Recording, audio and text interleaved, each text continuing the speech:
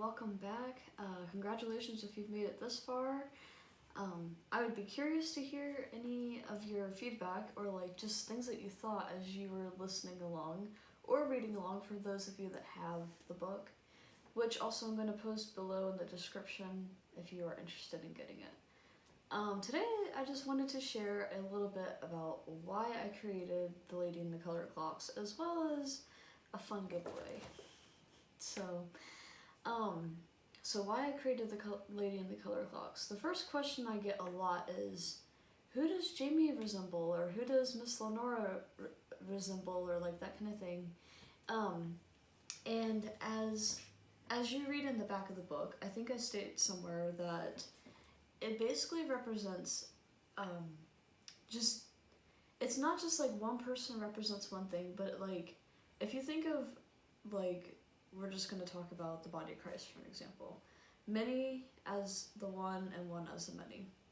So as you're reading along in these characters, it's like different aspects of Jesus, different aspects of you, different aspects of me, combined as one that tells the story. Like it's not just one alone that tells the story, but many that tell the story. So that's like one thing I wanted to share.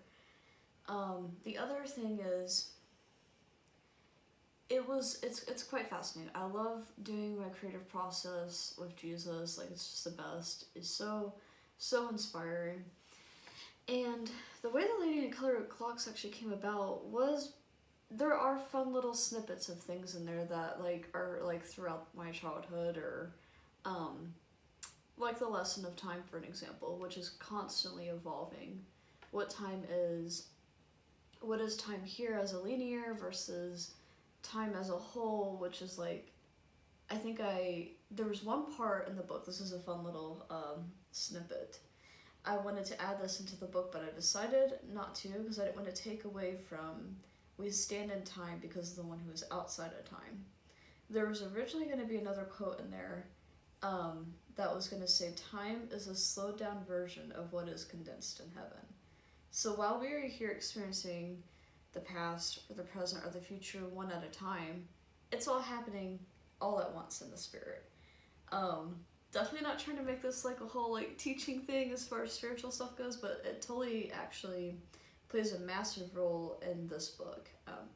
Depending on where you're at, what you believe or whatnot, obviously if you've read it so far, you will find that it'll speak to you in whatever way it's meant to, because I purposely created it to where whether you're a kid, whether you're an adult, whatever it is you believe, there's mystical realities, there's just all kinds of stuff, quantum, like whatever it is, it's going to speak to you on some kind of level. And I wanted it to do that because it like reminds me of time, like it reminds me of diversity. It's going to speak on some kind of level. So it's just so fun. One of the main reasons, like with time travel, there are plenty of books out there about time travel or like stories of time traveling and that kind of thing. But one thing that I love about this, and I mentioned this at the end of the book, is that, you know, when you read those stories, it's very much kind of like, oh, this is a fantasy, and it totally can be for you. If you want it to stay there, it totally can.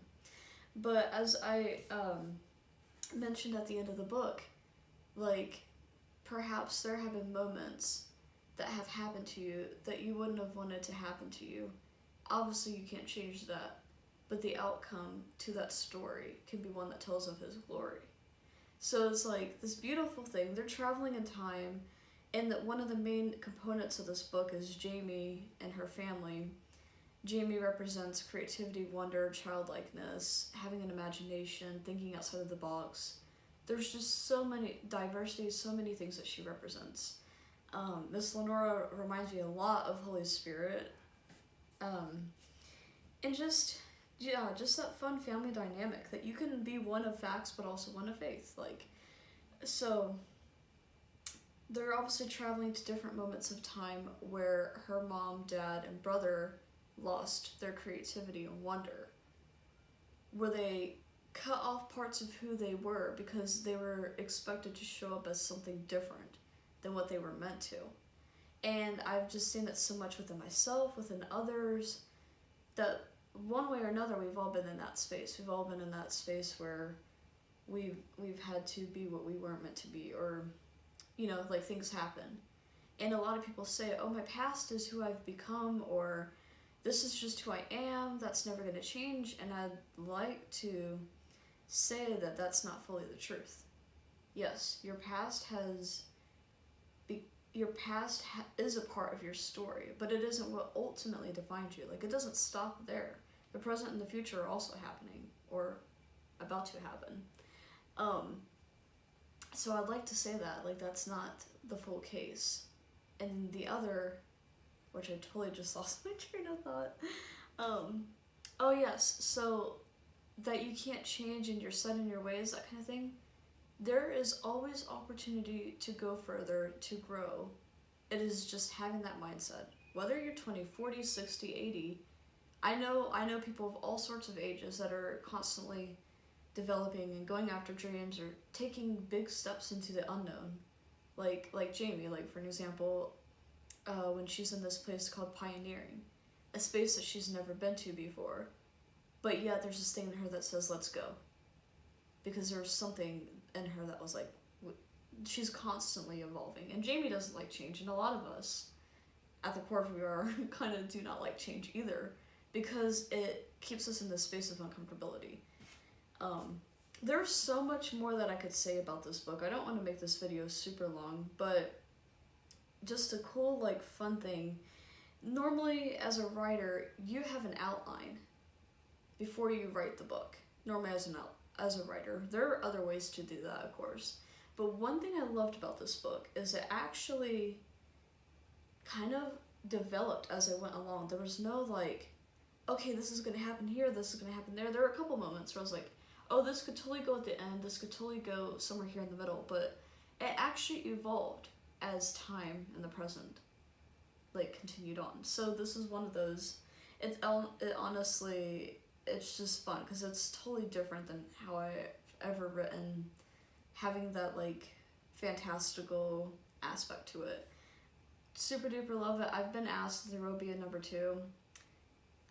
I believe there will be. Not sure when that time's going to be yet, but I totally encourage you guys, like, as you're reading this, like, don't just read it as, like, I mean, if you want to, if you're a kid, totally obviously read it as a book as it is, but, like, see, like, different, like, moments. Like, Miss Lenora, she's just such a wise person in this book, and there's just so many fun, like, so many fun moments with her. So yeah, like I said, I don't want to make this a super long video, so that's a little bit as to how this book became about, and now we are going to go ahead and do a giveaway. So guys, okay, so in here are these fun little clocks. Fun clocks with, like, a little saying inside of them. I like miniature things, so I was like, there might as well be a miniature baggie that goes with it as well.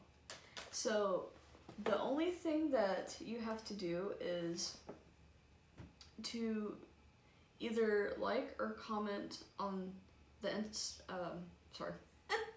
either like or comment or share either the Instagram or this playlist with someone, and then just comment below that you've done it, and I will draw from this, and whichever one you get is the one that you will get, and I will obviously message you to find out your shipping stuff and all that. But they're just so fun. I want to go ahead and, like, unpackage one of them for you guys. So let's go with this one here. They're so fun. I actually have a few family members that are like, we want ours now, before you, like, give them out to the public or, like, introduce them to the public. So obviously, little baggie. And then in here we've got a little miniature drawing of a clock. Now there are, let me see if I can find an example, because there are some leftovers. There are fun, like, little clock pictures like this, as well as, I may not have any other quotes. Wait, oh, here we go, yeah. There's also the little quote, we stand in time because the one who's outside of time. I think there's another quote in there about the simple and the significance. But, okay, so here's our picture. This is what we got.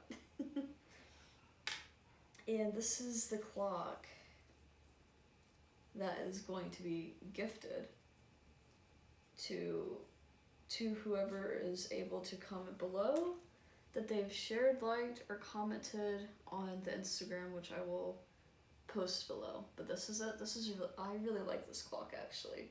It's really cool. It's really like the vintage kind of look. So it's super simple. Inspiration behind these, obviously, like if you remember in the book, there were different clocks on Lenora's wall that represented different moments in her life, or different aspects that she appreciated, different moments of developing. So it's like, what does this speak to you personally? It's almost like if you've ever seen, I don't like to compare it to something else that's already been created, because obviously this is its own thing.